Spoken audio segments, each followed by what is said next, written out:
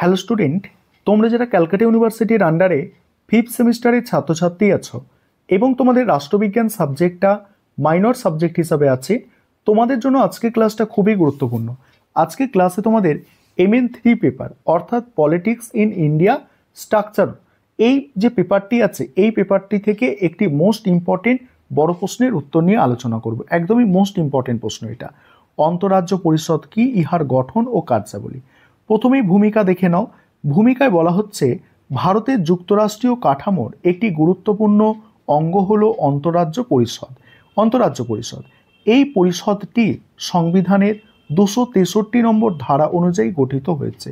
এর মূল লক্ষ্য হলো কেন্দ্র ও রাজ্যগুলির মধ্যেকার সম্পর্ক এবং বিভিন্ন রাজ্যগুলির পারস্পরিক সম্পর্ক আরও সুদৃঢ় করা। দেশের সহযোগিতা ও সমন্বয়ের মাধ্যমে সুস্থ যুক্তরাষ্ট্রীয় ব্যবস্থা বজায় রাখাই এই পরিষদের প্রধান উদ্দেশ্য। এটি কেন্দ্র ও রাজ্য সম্পর্কের ক্ষেত্রে একটি পরামর্শদাতা সংস্থা হিসাবে কাজ করে। এবার অন্তরাজ্য পরিষদ সম্পর্কে কি বলা হচ্ছে? অন্তরাজ্য পরিষদ হলো একটি অস্থায়ী সাংবিধানিক সংস্থা যা ভারতে কেন্দ্র ও রাজ্য সরকারগুলির মধ্যেকার বিতর্ক, সমস্যা এবং সাধারণ স্বার্থ সংশ্লিষ্ট বিষয়গুলি নিয়ে আলোচনা ও সমন্বয় সাধনের জন্য গঠিত। ভারতীয় সংবিধানের 263 নম্বর ধারায় রাষ্ট্রপতিকে এই ধরনের একটি পরিষদ গঠন করার ক্ষমতা দেওয়া হয়েছে।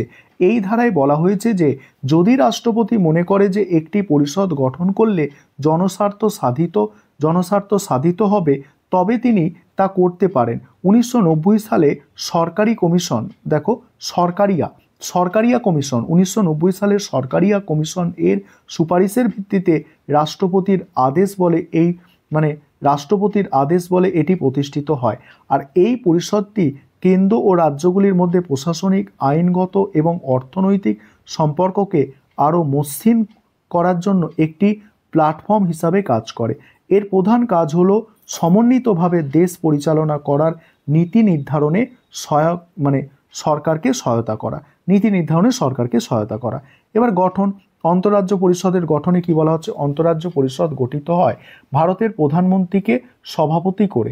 এই পরিষদের অন্যান্য সদস্য আছে কে? ভারতের সমস্ত রাজ্যের মুখ্যমন্ত্রীগণ। আইনসভায় রয়েছে এমন সমস্ত কেন্দ্রশাসিত অঞ্চলের মুখ্যমন্ত্রীগণ। তারপরে কি বলা হচ্ছে দেখো, আইনসভায় নেই এমন সমস্ত কেন্দ্রশাসিত অঞ্চলের প্রশাসকগণ। কেন্দ্রীয় মন্ত্রিসভার 6 জন ক্যাবিনেট মন্ত্রী যাদের প্রধানমন্ত্রী কর্তৃক মনোনীত হন। আর এই মনোনীত মন্ত্রীদের মধ্যে সাধারণত স্বরাষ্ট্রমন্ত্রী অন্তর্ভুক্ত থাকেন। তারপর বলা হচ্ছে প্রধানমন্ত্রীকে পরিষদের কার্যাবলী সম্পাদনে সহায়তা করার জন্য একটি স্থায়ী কমিটি গঠন করা হয়, যার সভাপতিত্ব করেন স্বরাষ্ট্রমন্ত্রী। অন্তরাজ্য পরিষদের বৈঠকে কমপক্ষে বছরে 3 বার বসা আবশ্যক এবং এর বৈঠকগুলি পরিচালনার পদ্ধতি স্থায়ী কমিটির দ্বারা স্থির করা হয় বা স্থিরকৃত হয়।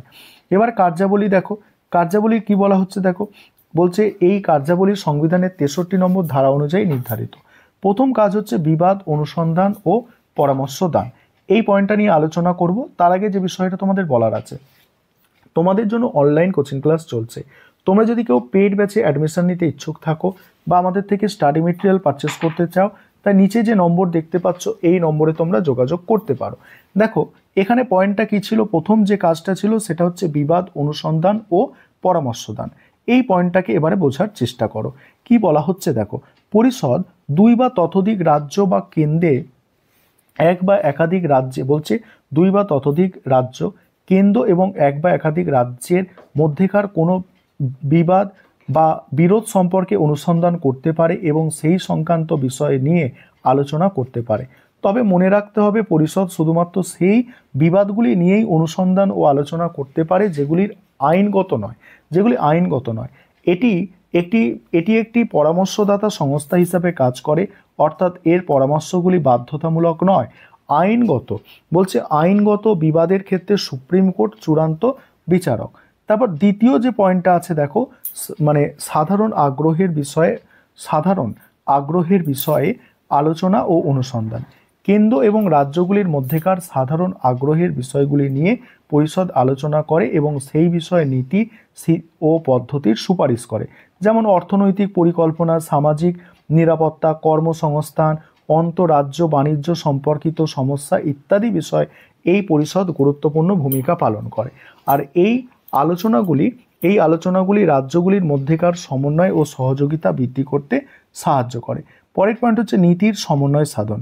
পরিষদ এমন বিষয়গুলির ওপর আলোচনা ও সুপারিশ করে যেখানে রাজ্যগুলির মধ্যে নীতির সমন্বয় প্রয়োজন। উদাহরণস্বরূপ, যদি কোনো একটি রাজ্যে কোনো নীতি গ্রহণ করা হয় যা অন্য রাজ্যের ওপর প্রভাব ফেলতে পারে, তবে সেই বিষয়ে আলোচনা করে একটি অভিন্ন বা সমন্বয়ী নীতি গ্রহণের জন্য পরিষদ সুপারিশ করতে পারে। এর ফলে ভারতে একত্রিত ও সমন্বিত যুক্তরাষ্ট্রীয় কাঠামো মজবুত হয়। পরের পয়েন্ট হচ্ছে কেন্দ্রীয় মন্ত্রিসভার মনোনীত সদস্যদের ভূমিকা। পরিষদের মনোনীত কেন্দ্রীয় মন্ত্রীরা কেন্দ্রীয় সরকারের দৃষ্টিভঙ্গি তুলে ধরে এবং রাজ্যগুলির সঙ্গে কেন্দ্রের নীতিগুলির সমন্বয় সাধন করে। এর মাধ্যমে কেন্দ্রীয় সরকার রাজ্যগুলির সমস্যা এবং দাবি সম্পর্কে সরাসরি অবহিত হয় এবং সেই অনুযায়ী জাতীয় নীতি নির্ধারণে সহায়তা করে। এবার শেষে আছে উপসংহার। অন্তরাজ্য পরিষদ ভারতের যুক্তরাষ্ট্রীয় ব্যবস্থার একটি গুরুত্বপূর্ণ স্তম্ভ। এটি কেন্দ্র ও রাজ্যগুলির মধ্যেকার যোগাযোগের সেতু হিসাবে কাজ করে, যার মাধ্যমে তাদের মধ্যেকার বিবাদ মিটিয়ে এবং সাধারণ স্বার্থের বিষয়ে সহযোগিতা নিশ্চিত করে জাতীয় সংহতি ও সমন্বয় মজবুত করা যায়। পরিষদের পরামর্শমূলক প্রকৃতি থাকার সত্ত্বেও এই জাতীয় নীতি নির্ধারণ ও যুক্তরাষ্ট্রীয় ভারসাম্য রক্ষার ক্ষেত্রে একটি অপরিহার্য মঞ্চ। এই ছিল তোমাদের একটি টপ মোস্ট ইম্পর্টেন্ট প্রশ্নের উত্তর।